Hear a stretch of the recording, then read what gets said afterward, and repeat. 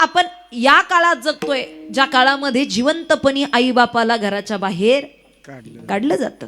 आपण पाहिली आहे तशी मुलं की जिथे जिवंतपणे आई बापाला घराच्या बाहेर हकललं जातं. याच काळात आई वडिलांच्या नावची संपत्ती स्वतःच्या नावी करून आई वडिलांना दुःखाच्या दरीत घालणारी मुलं सुद्धा याच काळात, ऐका, वृद्ध आश्रमाचं दार दाखवणारी मुलं सुद्धा याच काळात. आणि ऐका, आज वडिलांचे कष्ट ध्यानात ठेवून त्यांच्या संस्काराची जाणीव अंतःकरणामध्ये ठेवून आज वडील गेल्यानंतर शास्त्र धर्माप्रमाणे केला जाणारा पुण्यस्मरणाचा विधी करणारी गोधडे कुटुंबासारखी मुलं सुद्धा याच काळात.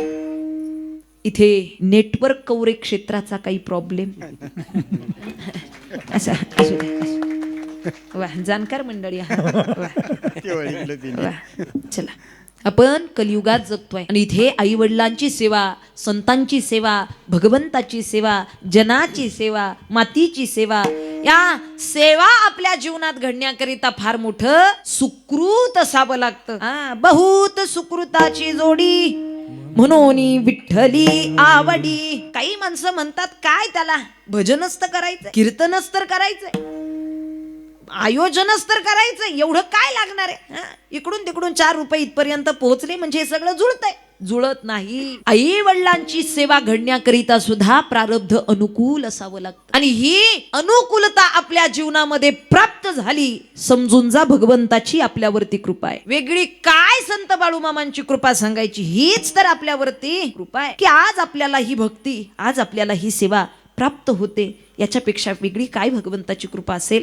आणि म्हणून आज गोधडे कुटुंबाच्या अंतःकरणात दुःख साहजिक आहे, परंतु निश्चित सेवितो हा रस वाटितो अनेका. या माध्यमातून कीर्तनाचं आयोजन, भजनाचं आयोजन, भोजनाचं आयोजन, अन्नदान केलं जातं, ज्ञानदान केलं जातं. काही माणसं मानतात, काही माणसं मानत नाही. हे पहा, सगळ्यांनाच हे सगळं पटतं अशातला भाग नाही. समाजात अनेक प्रकारची म्हणण्यापेक्षा 3 प्रकारची माणसं आहेत. 3 प्रकारची प्रकाराचे 3 तुका म्हणे केले जन.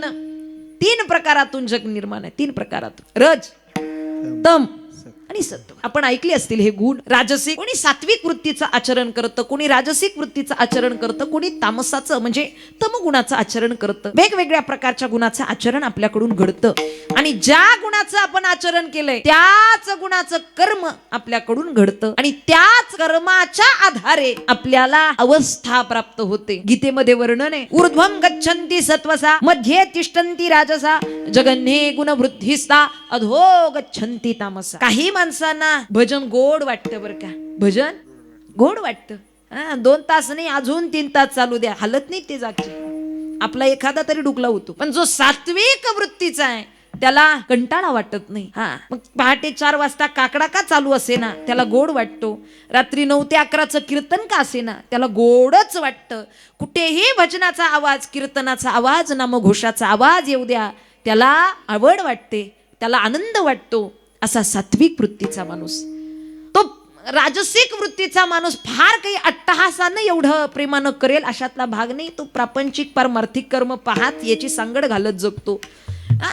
आली वेळ, आला काळ, चला कीर्तनाला, चला, नाही जमलं नाही, ठीक आहे, त्याचं काही मध्यंतर येतो. पण 3रा गुण इतका कठीण आणि अवघड आहे. बघा, पहिला गुण आहे जिथे भजनाची आवड आहे. 2रा गुण आहे की जिथे फार मोठी आवड नसताना सुद्धा तो परमार्थ सोडत नाही बरं का. पण 3रा तमगुण इतका विचित्र आहे, ते स्वतःही भजन करत नाही आणि करणाऱ्याला सुद्धा करू देत नाही. कीर्तन चालू असेल आणि एखादा जर कीर्तनाला निघाला तो म्हणतो काय कीर्तन इकडे, भजनाला निघा काय भजन इकडे, काकड्याला निघाला काय काकडा इकडे. अरे करू दे ना. माझी विनंती, समाजात हा 3रा वर्ग आता थोडा वाढताना पाहायला मिळतो. माझी विनंती आहे, आपल्याला जर नामस्मरण करता येत नसेल, आपल्याला जर भजन भक्ती करता येत नसेल, करू नका. पण किमान जे करतायत त्यांची अडवणूक तरी करू नका.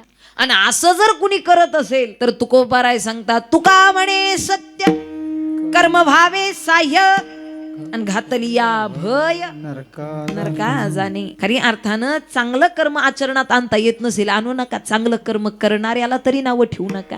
भला किसी का कर न सको तुम, बुरा किसी का मत करना, पुष्प नहीं बन सकते जो तुम, काटे बनकर मत जीना, पुष्प नहीं बन सकते जो तुम, काटे बनकर मत जीना. नाही फुल म्हणून आपल्याला दरवळता येत, निदान काटे म्हणून टोचत तरी बसू नका. विठ्ठल विठ्ठल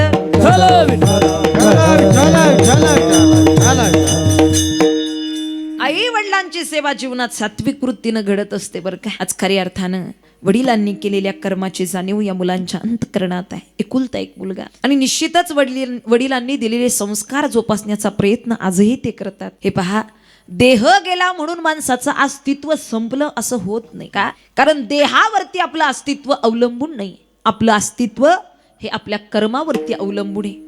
हा, म्हणून तर संत आपल्याला नेहमी या गोष्टीची जाणीव करून देतात. उत्तमची उरे कीर्ती मागे, तरी कीर्ती मात्र माणसाला अमर करते. काही माणसं जिवंत असूनही मेल्यासारखी वागतात हो, आणि काही माणसं मरून सुद्धा आपल्या अंतःकरणामध्ये कर्मरूपानं जिवंत राहतात. आणि त्यातलेच खऱ्या अर्थानं हे गोदडे कुटुंबाचे वडील म्हणावे लागतील. समाज आपल्याकडून, या समाजाचं आपण काहीतरी देणं लागतो या हेतूनं त्यांनी आयुष्य जगलं, आणि प्रत्येक समाजातील घटकावरती त्यांनी उपकार केले. हा, आणि माणसानं हे ध्यानात ठेवलं पाहिजे बरं का. आपल्यावरती उपकार केले आणि निश्चितच आपलं कार्य इथपर्यंत संपवून आपल्यातून देहरूपानं ते गेले. ईश्वरी सत्य पुढे विलाज नाही. जन्मजया मृत्यूतया ना तरी उदो अस्थू अपैसे, अखंडित होत जात जैसे, हे जन्म मरण तैसे अनिवार्य जगी कैसे. कैसे हे जन्म मरण, उदय आणि अस्थू अपैसे, हे जन्म मरण तैसे. उदय आणि अस्थू, सूर्याचा उदय होणं आणि सूर्याचा अस्त होणं, हे जसं अनिवार्य जगी हे जन्म मरण तैसे. लक्षात आलं का.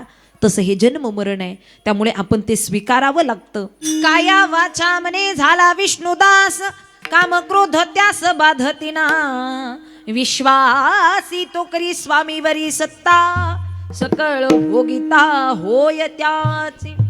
ऐका, जगद्गुरु तुकोबाराय आपल्याला भगवंताचा दास व्हा, कारण दास झाल्याशिवाय, शरणांगतीशिवाय आपल्याला हा भवसिंधू सागर तरता येणार नाही. बघा, गीतेमध्ये सुद्धा सांगितलंय, दैवी हेषा गुणमयी मम माया द्रत्यया, मामेव ये प्रपद्यन्ते माया मेताम तरंतती. उद्धारायचंय ना, तर आपल्या गुणदोषांचं परीक्षण करा आणि नम्रता अंतःकरणात धारण करा. सध्या माणसानं एवढा विकास केलाय, भगवंतानं आपल्याला बुद्धी दिली, भगवंतानं आपल्याला ज्ञान दिलं. ऐका, पण त्यानं दिलेल्या ज्ञानाचा आणि बुद्धीचा वापर आपण पारमार्थिक हिताकरिता न करता प्रापंचिक हिताकरिता केला. हा, सध्याच्या काळात जे काही बहिरंगाचं परिवर्तन झालेलं आहे ते बुद्धीच्या आणि ज्ञानाच्या ताकदीचं आहे. बरोबर ना. सांगा ना, आता जे परिवर्तन आपल्याला पाहायला मिळतं, हे सगळं परिवर्तन माणसानं कशाच्या ताकदीनं केलं, बुद्धीच्या, ज्ञानाच्या. म्हणून तर जुनी माणसं आजही असं म्हणतात, आमच्या काळात असं काही नव्हतं म्हणता ना. आणि खरंच तुमच्या काळात असं काहीच नव्हतं बाबा. अशा गाड्या होत्या का तुमच्या काळात? बोला ना, हो किंवा नाही म्हणा.